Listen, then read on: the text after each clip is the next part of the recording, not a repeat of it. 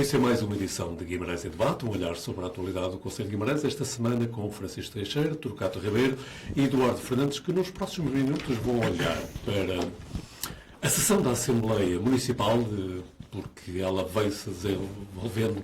Já houve duas reuniões e hoje, quinta-feira, quando estamos a gravar este programa, ainda haverá uma terceira e última reunião a partir das 21 horas. Ora, será à volta da Assembleia Municipal que vai decorrer todo este nosso Guimarães em Debate. Saúdo o Francisco Teixeira, Turcato Ribeiro e Eduardo Fernandes, meus senhores, bem-vindos e... Turcato Ribeiro, era capaz de começar por si e propor desde já uma breve reflexão sobre isto. Ou seja, temos uma agenda que não é das mais extensas da Assembleia Municipal, 58 temas, é verdade, mas que já vai na segunda reunião. Portanto, já houve duas reuniões, na passada segunda e terça-feira, entretanto, quarta-feira, 1 de maio, não houve, mas hoje, quinta-feira, haverá aquela que será a terceira e última reunião. Ora, o que é que se explica, Turcato, para esta tão longa duração? É verdade que há um conjunto de temas que são de rápida resolução. Estão a lembrar, por exemplo, só no capítulo das freguesias há 32 pontos, com coisas tão complicadas de debater como a cedência de autocarros, a oferta de bandeiras, a aquisição de um contentor para guardar equipamentos. Mas, Turcato Ribeiro, como é que olha para isto? Ora bem, cumprimento aqui todos, o Francisco Teixeira, o Eduardo Fernandes e o António Magalhães, bem como a Elvira, que nos está aqui a assessorar, e o Alfredo, e todos os que nos estão a ver e a ouvir. Como é que se explica isso? Explica-se primeiro pela lei, porque é obrigatório ir essa questão da bandeira e o autocarro, e muitas vezes são ratificações já, portanto as coisas já aconteceram, mas mesmo assim, como a lei exige, de facto é necessário que seja aprovado pela Assembleia e, portanto, há uma série de questões que vão à Assembleia que para mim não fazem muito sentido, mas pronto, é o que é, e enquanto não se alterar isso, terá que ser assim. E depois, há uma questão aqui que nós recorrentemente colocamos em sede de reunião de líderes, que se formos levar a sério todos os pontos que compõem a agenda, não é possível fazer uma só sessão da Assembleia. Porque, ou seja, nós, se usássemos o direito a querer perceber tudo aquilo que está na agenda e quiséssemos interpelar a Câmara sobre todas as matérias, não era possível, ou seja, andávamos quase 2 meses com a mesma Assembleia, portanto, porque nós é que muitas das vezes desleixamos estas questões menores, nem nos damos ao trabalho de tentar perceber exatamente o que se passa, porque confiamos também, é evidente, porque senão não era possível. Portanto, e depois há questões logo iniciais na Assembleia, quando elas são, digamos, regulares, que, como o período antes da ordem do dia, que de facto tem um peso muito forte, que é uma grande oportunidade para se colocar em questões que não vêm na agenda. É o grande tempo. E é o grande tempo de debate político, e logo a seguir vem o período da atividade da Câmara. E, portanto, esses dois pontos são pontos vitais, digamos, na luta partidária e política. E, portanto, são... E depois há processos, não é? Porque há partidos também que utilizam, que isso é legal, que utilizam várias intervenções, essas várias intervenções dá para fazer depois várias intervenções contra réplicas, contra réplicas. E, portanto, naturalmente que depois isso estende-se, havendo mais dispersão partidária, isso ainda é mais notado hoje. E, portanto, as assembleias de facto estão mais demoradas. Eduardo Fernandes, olha para esta questão da mesma forma que o Turcato Ribeiro, tem uma outra explicação. Olá, António, começar por cumprimentar a si, aqui o apoio que temos aqui em estúdios, meus companheiros de painel, de todos e a todas que nos veem também do conforto das suas casas ou do seu local de trabalho. Eu acho que esta Assembleia é interessante. A Assembleia Municipal, como as Assembleias de Freguesia nesta altura do ano, são interessantes porque trazem assuntos de discussão que permitem fazer uma avaliação do ano anterior, seja pelas atividades da Câmara, seja pelo relatório e contas, por exemplo, que também permite fazer alguma análise, principalmente à estratégia de orçamento, ou estratégia orçamental e até financeira que o município ou outro órgão qualquer, como por exemplo, eu vou voltar a centrar as juntas de freguesia, porque também há muitas assembleias de freguesia neste período, e portanto eu acho que é interessante que seja assim, porque também é um dos poucos momentos no ano em que as oposições de facto podem ou convergir ou divergir, dizer o que é que fariam diferente, apontar falhas ao Executivo, porque, como diziam, já nem sei quem é que dizia muito bem na Assembleia Municipal, o papel de quem está ali, que não a dar suporte ao Executivo, embora esses também, ou deveria ser assim, é de fiscalizar, é de exigir que o programa eleitoral sufragado pela maioria seja posto em prática, é analisar a estratégia que o município está a seguir do ordenamento do território, da gestão financeira e orçamental, como disse, e, portanto, esta Assembleia, para mim, é sempre muito interessante, dadas as questões que ali se debatem. Reparem que, só não vou referir nada em específico, houve participação cívica, ou seja, houve até público a intervir na primeira sessão, o que é um passo interessante da sociedade civil. Não é que já não tenha acontecido, porque já aconteceu, mas ter vindo a acontecer, ou estar a acontecer com esta frequência é também muito interessante, com pontos muito específicos, com baixo assinado de 500 pessoas, 500 bimaranenses, que mostram uma mobilização, neste caso em prol de uma estrada, mas também mostra isso. Falámos do relatório de contas, falámos da estratégia para o turismo, da habitação, das cooperativas. Parece-me que a Assembleia tem sido muito rica e muito interessante. Francisco Teixeira, já debatemos, já conversamos sobre isto várias vezes aqui no Guimarães em Debate. E eu recordo, uma das vezes que falaste, tu fizeste uma afirmação que eu na altura tomei nota, não garanto que seja exatamente assim, mas a ideia era esta. A democracia dá trabalho. Exatamente, eu ia exatamente começar por aí, portanto, eu sou absolutamente coerente, como dizem os políticos habitualmente. A cumprimento a todos os presentes, antes de mais nada, e também em casa. Mas justamente a democracia dá trabalho, demora tempo, é exigente do ponto de vista do envolvimento dos seus agentes políticos. E é bom que esta discussão se faça, e seria excelente que outras pessoas vissem este programa e vissem a Assembleia Municipal, para perceberem que os agentes políticos, com todos os enormes defeitos que têm que fazer um enorme esforço para, no contexto da Assembleia Municipal em particular, poderem acompanhar com o mínimo de cuidado e de sentido de responsabilidade aquilo que lá é discutido. A Assembleia Municipal é um órgão hoje de enorme complexidade, quer por estas alterações que têm uns 15 anos da lei, que fazem com que uma míriade de assuntos vão à Assembleia Municipal que antes não iam, e que, portanto, exige aos membros dos partidos políticos um estudo, uma investigação, se querem justamente que a sua passagem pelos órgãos seja uma passagem criteriosa e não seja só uma passagem de circunstância. E, portanto, este problema que tu estás aqui a colocar, e bem, é um problema que vai a favor da qualidade e do cuidado do debate político e dos partidos políticos. Eu acho que tem, inclusive, que se pensar a possibilidade de progredir no quadro legal das Assembleias Municipais fora de Lisboa e do Porto para algo semelhante ao que acontece em Lisboa e Porto. As pessoas não sabem todas, mas em Lisboa e Porto os deputados municipais e os grupos parlamentares das Assembleias Municipais têm assessorias e têm um nível de profissionalismo muito mais elevado do que têm fora de Lisboa e do Porto. É preciso que as pessoas saibam, aqueles que estão a ver, que os deputados municipais não são profissionais.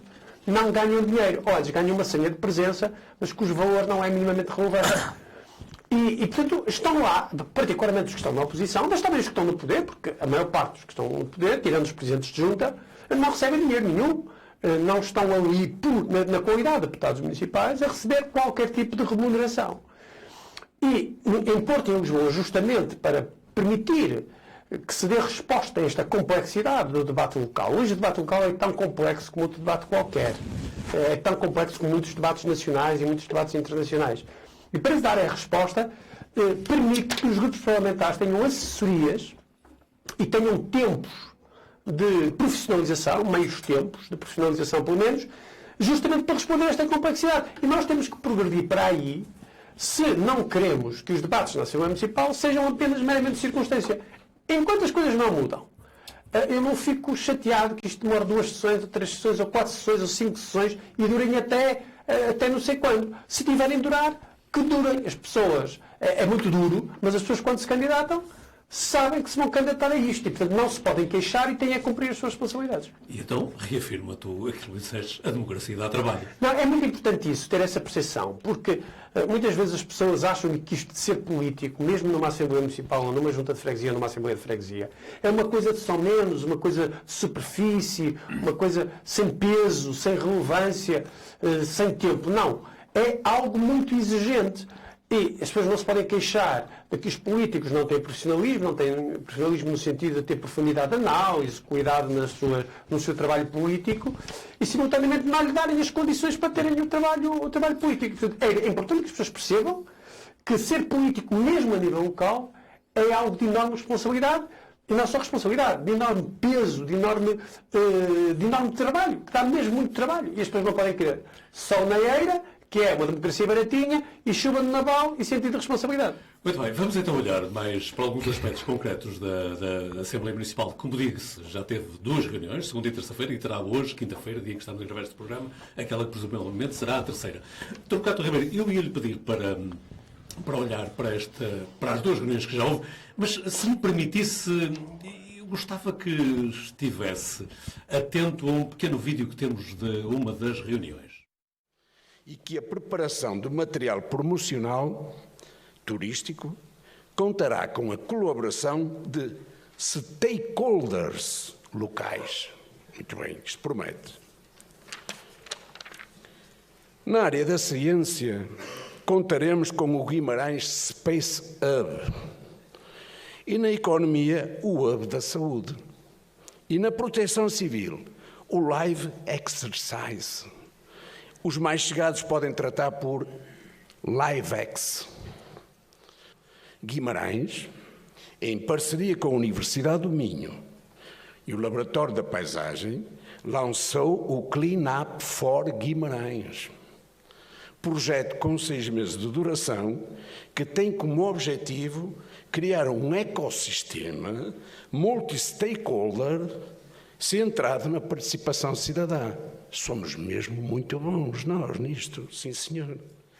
Ribeiro, é evidente que este assunto é importante também, cada vez crescente contaminação do discurso com termos estrangeiros que grande parte deles tem correspondência na linguagem, no português corrente. Mas trago apenas aqui para aliviar um bocado a discussão que teremos certamente a seguir. Mas pedir-lhe, Torquato, para além deste aspecto, que se quiser referir, poderá fazê-lo, mas que olhasse para aquilo que foi, na sua opinião, um dos temas mais importantes tratados na última, ou melhor, nesta Assembleia Municipal que ainda está a decorrer.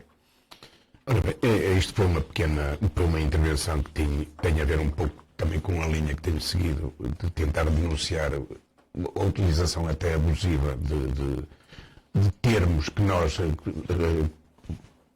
pouco sei de línguas, tenho a noção que o português tem muito mais capacidade de responder a tudo aquilo que é preciso definir do que propriamente o inglês. E, portanto, nós não precisamos de recorrer de termos. Mas acho que há aqui também uma forma de estar nas coisas que faz-me lembrar quando o francês era também uma língua muito falada cá em Portugal, que já foi o francês. E que se utilizava a nossa geração era o francês. Era o francês. A primeira língua estrangeira que havia sempre uma grande tendência, talvez como na corte russa, que se falava francês, e então aqui era também muito chique falar francês. E, portanto, foi só uma pequena intervenção. Para nós, acima de tudo, aquilo que se tratou foi a discussão, de facto, da atividade da Câmara. E, nomeadamente, é evidente que a Câmara neste momento tem uma série de realizações em andamento, não é? Finalmente, o Centro Cívico das Taipas pelos vistos, já terminou, embora houve só algum zoom, que uma coisa ou outra ficou mal feita, mas pronto. Mas acabou, quer dizer, do ponto de vista formal, acabou. A análise da atividade da Câmara também nos permite ver qual é um pouco a ansiedade, digamos, do Executivo, porque nós sabemos que daqui a uns tempos haverá novamente eleições autárquicas e é, digamos, um barómetro para nós percebermos como é que o Executivo está a encarar este tipo de obras, quando é que, digamos, quando é que elas vão ser inauguradas ou quando é mesmo necessário que elas sejam inauguradas para ter algum efeito nos resultados eleitorais, porque isso é inevitável, é evidente que também é uma das questões que eles têm direito, quer dizer, quem faz tem direito a publicitar aquilo que fez, mas por vezes lamenta-se que as obras se arrastem por este facto, ou seja, para aproximar apenas do ato eleitoral. Porque há obras aqui que se arrastam na atividade da Câmara. Se lermos a atividade da Câmara praticamente anterior, é quase aquela que está neste momento, tirando uma ou outra que foram acabadas, não é?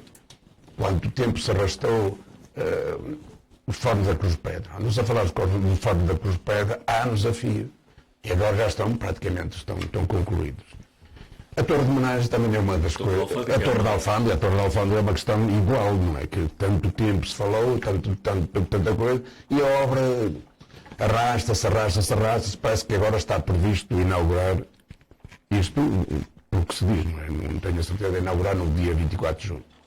Portanto, acho que a parte da realização e daquilo que está projetado, como a habitação, aliás, também foi um tema que foi muito falado na Assembleia Municipal, porque a habitação é um tema que está na ordem do dia e naturalmente se discutiram algumas questões. Nós, por acaso, nessa fase decidimos não intervir, porque a nossa posição é clara em relação a essa matéria, mas de facto foram colocadas algumas questões pertinentes no sentido de tentar perceber melhor se de facto é possível acelerar o processo de construção ou não, porque parece-me que de facto há promessa também de investimento para essa matéria do PRR, mas as questões arrastam-se muitas das vezes quer dizer, e a questão da habitação é uma questão mesmo muito urgente. Outra questão que foi tratada e que tem sido tratada com alguma recorrência é a questão do Parque e da via do Parque. Nota-se já algum baixar dos braços, porque de facto uma decisão política que custou a ser tomada e que, por uma intervenção legítima de um cidadão, até podiam ser 20 ou 30 ou 100, não interessa, não está aqui em causa isso, o que é certo é que os tribunais não são célebres o suficiente para dar resposta a casos desta gravidade. E, portanto, há um arrastar do processo que poderá pôr em causa uma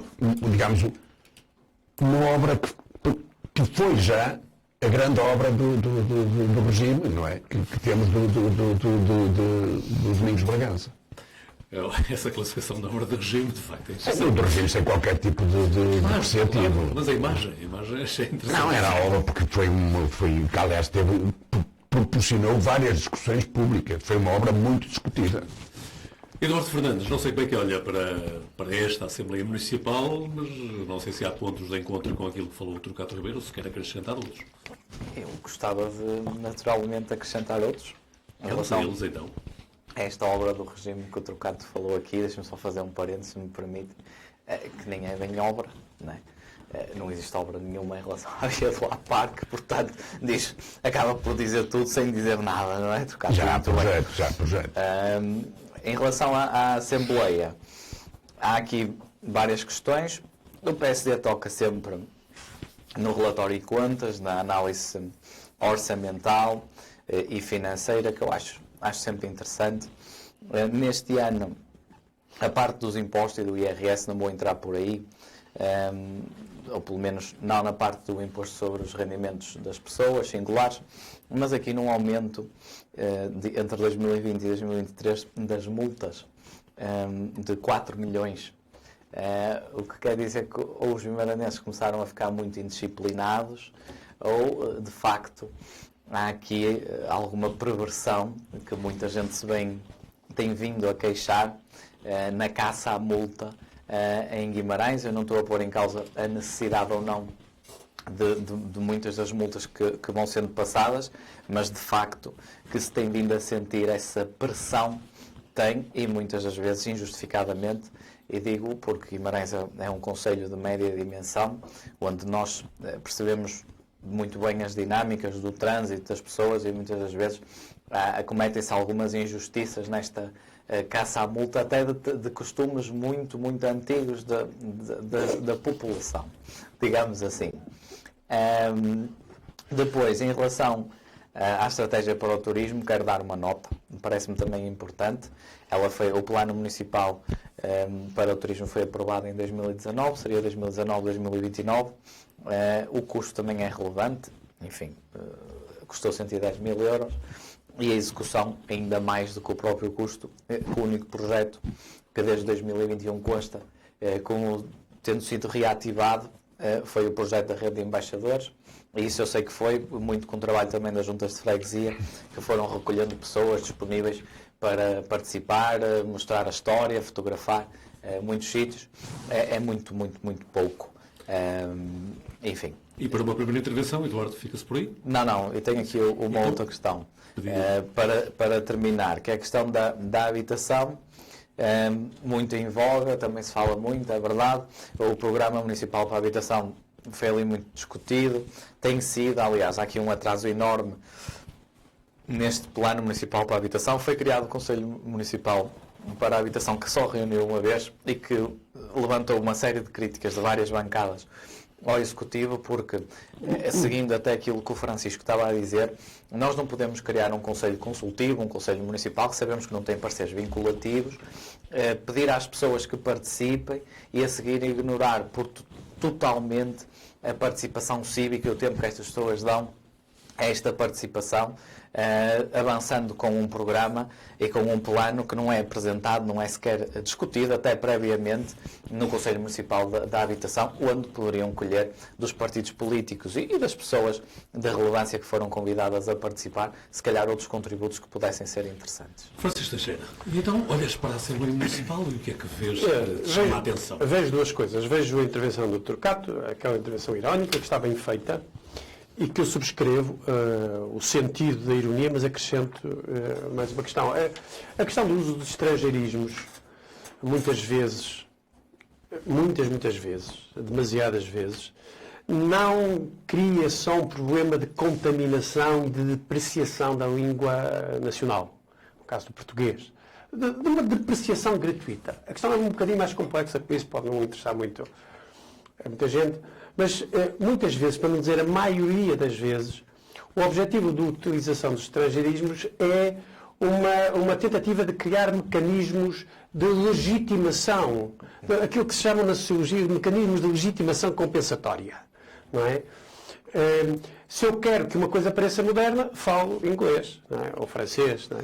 Se eu quero que uma coisa pareça avançada, embora ela diga exatamente a mesma coisa que na língua natural, para criar um efeito político de avanço, um efeito político de modernidade, de intensidade política, eu utilizo um estrangeirismo e, de facto, demasiadas vezes, quer na administração pública, quer fora da administração pública. Isto deve dizer-se que isto não é um fenómeno apenas da administração pública. As pessoas tentam compensar algumas vezes a debilidade das ideias ou dos projetos em curso com uma retórica aparentemente muito sofisticada, com uma série de estrangeirismos de moda que não acrescentam nada à compreensão nem ao debate, mas criam um ar, não é? Uma atmosfera de imensa sabedoria e imensa sofisticação. Isso é importante na análise dos discursos políticos, e isso interessa-me, não é? Como a mim me interessa isso, a análise do discurso político. Na maior parte das vezes é isto que acontece, e portanto eu acho que a intervenção do Turcato foi muito adequada. De qualquer maneira, para além desta intervenção, que aqui que nos foi recordada, eu acho que há um outro ponto da Assembleia Municipal, que talvez dos mais duros e simultaneamente dos mais interessantes, é um ponto recorrente, aliás, como o Eduardo aqui chamou a colação, que é a crítica. Bom, já não vou entrar na história das multas, não é? Porque as multas ou são multas ou não são multas, não é? Não passo multas por tradição. Na tradição, tradicionalmente as pessoas põem o carro à porta da missa e, portanto, eu não passo multas à porta da missa, não é? Quer dizer, não pode ser. Se põe o carro à porta da missa, é proibido multa em cima dele, como é evidente. Não é por ir à missa que perde o dever de estacionar o carro bem estacionado. Acho que devia ser a duplicar, por ser. Devia ser a duplicar, exatamente. Se vai à missa tem mais rigor ético e, portanto, devia pagar uma multa a duplicar. Mas a questão política mais importante é, de facto, esta reiteração do PSD na crítica à coleta de impostos do PS e na crítica à capacidade de o Partido Socialista recolher receita e ter um orçamento volumoso, e com a crítica recorrente de que Guimarães e o município de Guimarães têm impostos muito altos, enquanto que nos outros concelhos têm impostos mais baixos. E, portanto, o que era ideal era descer os impostos e diminuir a receita da Câmara, com aquela retórica, justamente, não só a retórica, mas a ideia, de facto, liberal radical, de que nós devemos fazer com que o Estado gaste menos para que as pessoas tenham mais dinheiro no bolso. Esquecendo aqui de uma maneira absolutamente óbvia, é quando o Estado gasta em favor das pessoas. E o caso de Guimarães é paradigmático. Guimarães tem políticas sociais, políticas culturais, de enorme alcance, de apoio. Não deve haver quase comunidade nenhuma, não deve haver quase instituição nenhuma no Conselho de Guimarães que não tenha um apoio relevante da Câmara Municipal de Guimarães. Isso qualifica a vida das pessoas, a vida dessas comunidades, mas para isso é preciso receitas. E, portanto, quando a direita liberal diz sempre deve-se descer os impostos, e no limite até diz os mais radicais, o imposto é um roubo, o que eles queriam verdadeiramente é que o imposto, é que o Estado, no caso o Estado local, no limite, desaparecesse. E, portanto, fizesse com que os apoios da Câmara Municipal, incluindo os apoios sociais, mas não só, apoios económicos, apoios ao investimento, etc., desaparecessem e cada um se safasse por si. Porque é mesmo esta a lógica. Porque isto é feito em abstrato, que é assim, não, os senhores que cobram os impostos deviam cobrar menos para que as pessoas tivessem mais dinheiro no bolso, esquecendo-se que a distribuição que a Câmara Municipal de Guimarães faz é uma distribuição essencial para, se quisermos, para compensar a desigualdade social que também existe em Guimarães. Muito bem. Torquato Ribeiro, deveria ir assim, mas vai-me permitir que eu... Acho que o Eduardo Fernandes não gostou muito de ser classificado liberal. Eu não disse que era o Eduardo Fernandes, disse o PSD. Mas como... Desculpa, Francisco, de facto não disseste. Não sei porquê senti que estavas a falar.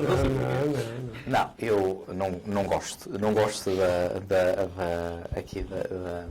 perdão-me a expressão da teologia do Francisco, da cantiga, eu não gosto disto.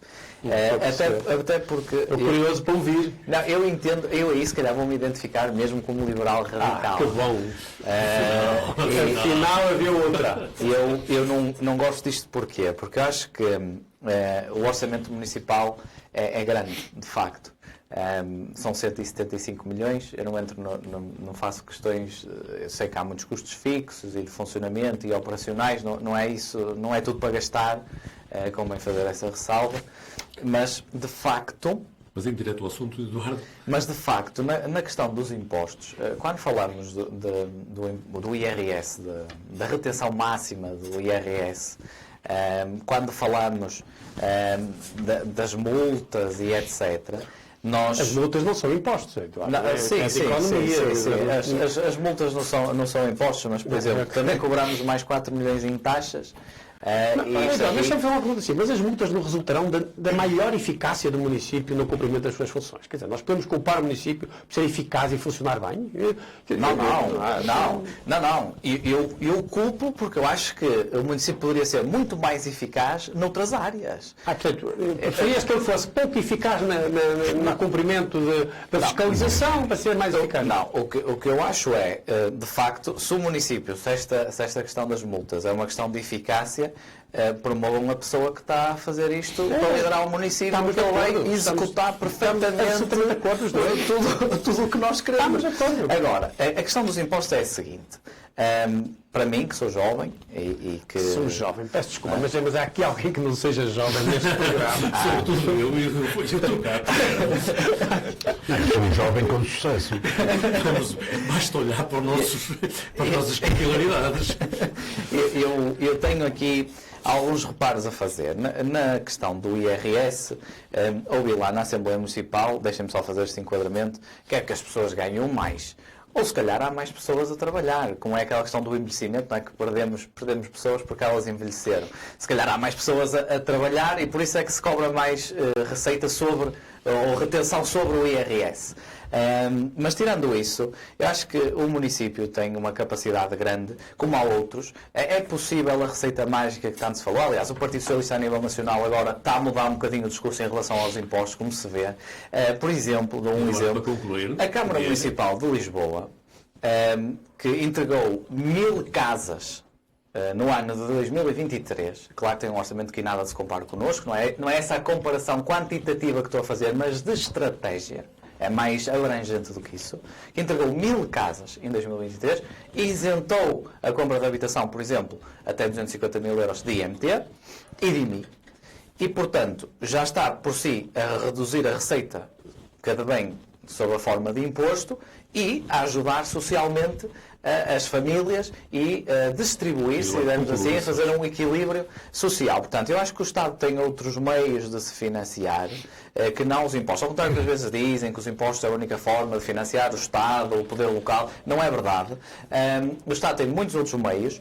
Vê-se, aliás, nas receitas da Câmara Municipal, como o Francisco disse muito bem, as multas é um exemplo de um financiamento que não advém, por exemplo, dos impostos, e eu concordo plenamente.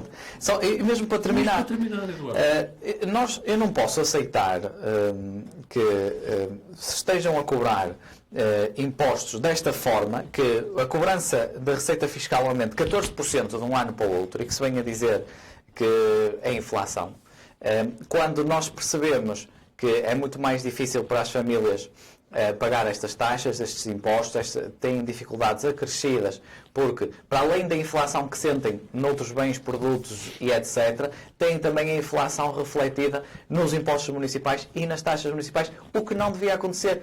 Se não fosse mais, até dentro da ideologia socialista, se não fosse mais, nos momentos de grande pressão financeira e de menos desafogo. Francisco Teixeira, a seguir, deixa agora ouvir o deputado Jair, que tem-se mantido aqui um bocado à margem, calmamente a assistir. Não, eu assisto, porque eu também assisto à discussão e é uma discussão que de facto se prende até de uma forma que não me parece que seja muito honesta. Ou seja, é recorrente ouvir, aqui neste caso o PSD, mas a Iniciativa Liberal tem a mesma conversa, que é de que há aumento de impostos. Não houve aumento nos impostos, o que se percebeu-se foi mais pelos impostos, mas não houve aumentos, nenhum imposto aumentou. Alguns quer dizer, e vai lá ver uma coisa. E por vezes fazem-se também comparações, e às vezes até vão buscar outros países para fazer comparações, mas o que é certo é que neste país nós temos um Serviço Nacional de Saúde que, pese embora as grandes dificuldades que neste momento está a passar, é um Serviço Nacional de Saúde que nos devia orgulhar, mesmo assim, mesmo que não está. Ou seja, é preciso melhorar, é preciso investir no Serviço Nacional de Saúde, mas toda a gente tem acesso aos cuidados de saúde primários, logo de imediato, e é universal.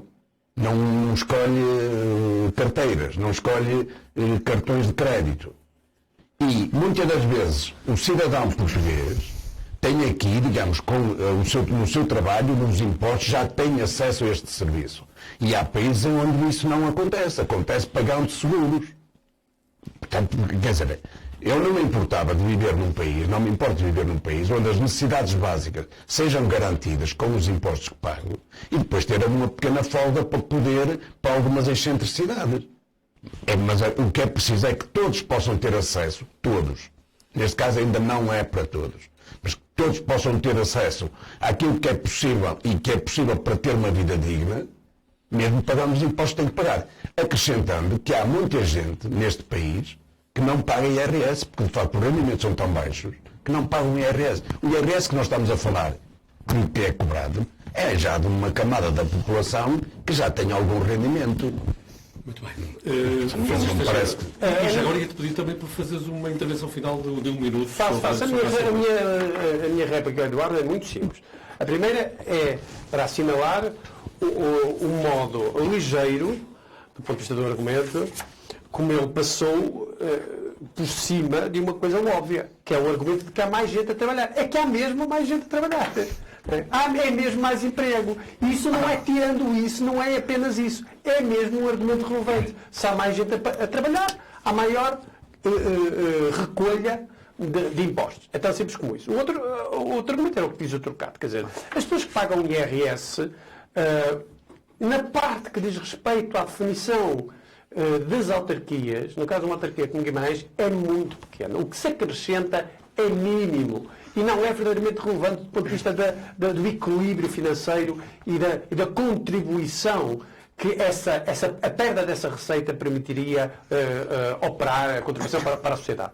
Por último, a comparação que o Eduardo fez com a Câmara de Lisboa é absolutamente desproporcionada e errada.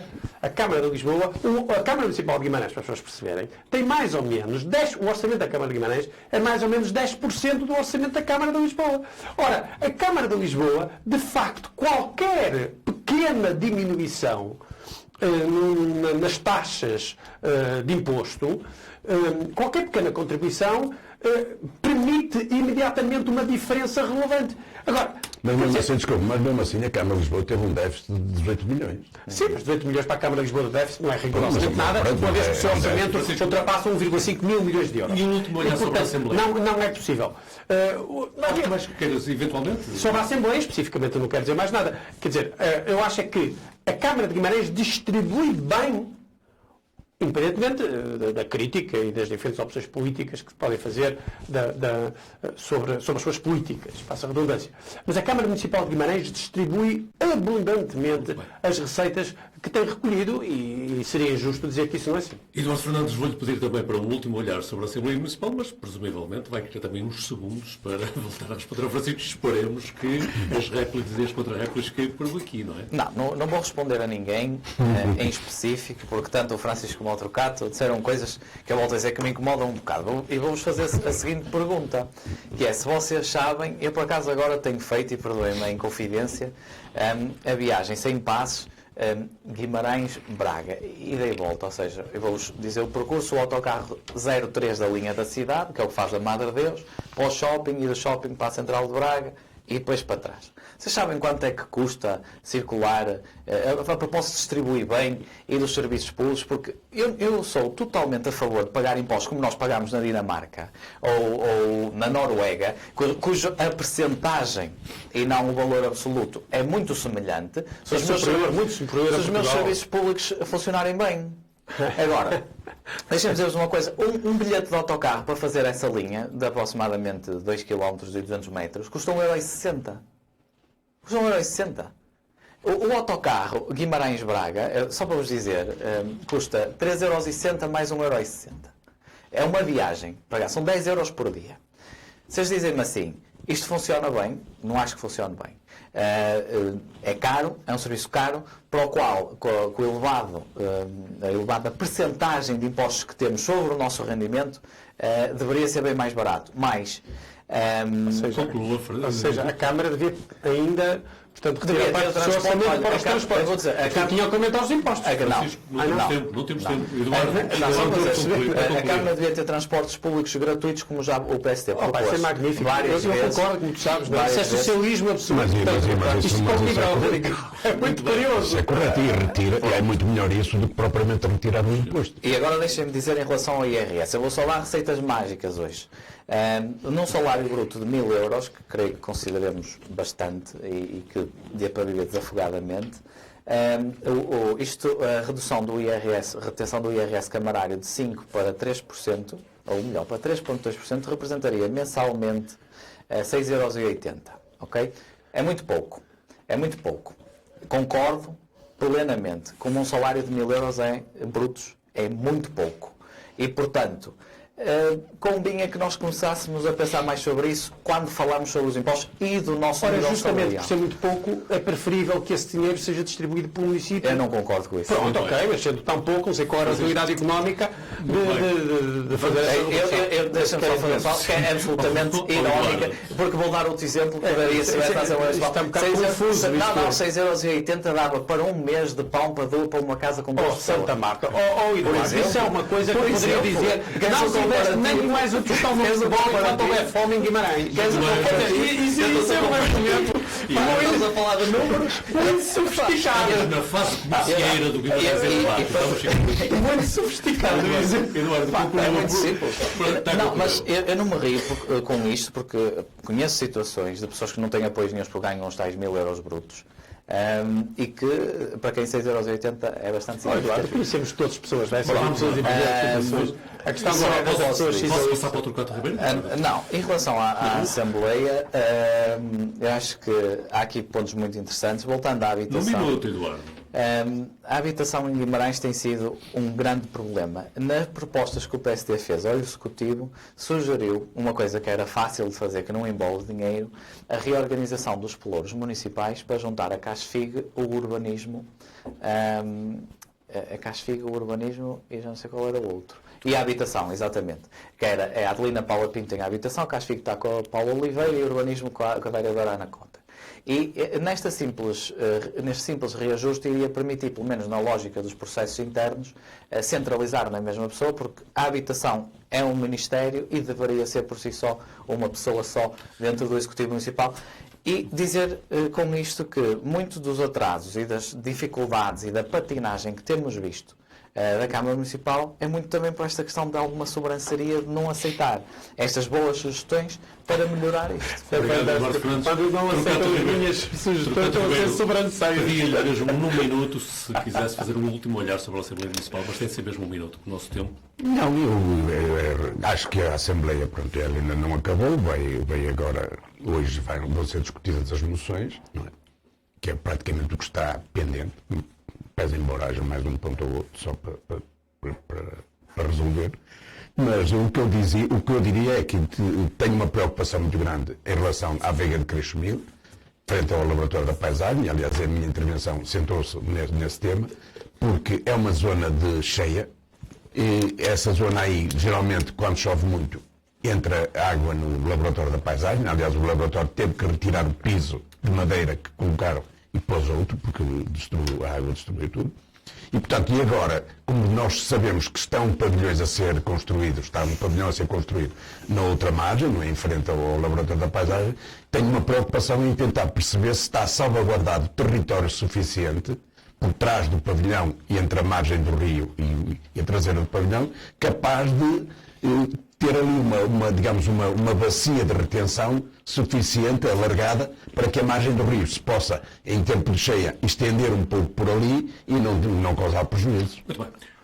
Esgotamos o nosso tempo, mas ainda reservamos aqui um minuto para cada um dos senhores trazer aqui ao Guimarães em Debate algo que acham que deve ser referido.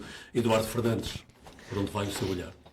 O meu olhar vai para a política nacional, vou sair um bocadinho daqui, uma vez que é pouco tempo, e tem a ver com a nova orgânica da Assembleia da República, do nosso Parlamento, o fim das SCUTs e mesmo as mexidas no IRS e as orgânicas que se geraram entre o voto favorável do Chega na proposta do Partido Socialista, o voto contra do PSD e do CDS e a abstenção da Iniciativa Liberal. Ou seja, está aqui bem visível que está aqui e eu voto a favor das outras bancadas também Mas não vamos não temos tempo. Eduardo, fica aqui bem visível que abrimos um novo capítulo, que muitas coligações poderão ser feitas neste novo Parlamento e que de certeza, eu não esperava isto, pelo menos de certeza, muita mais novidade haverá brevemente. Ficaremos atentos a essas novidades. Francisco Teixeira, o que é que tu querias ainda referir? Eu queria referir para falar de futebols.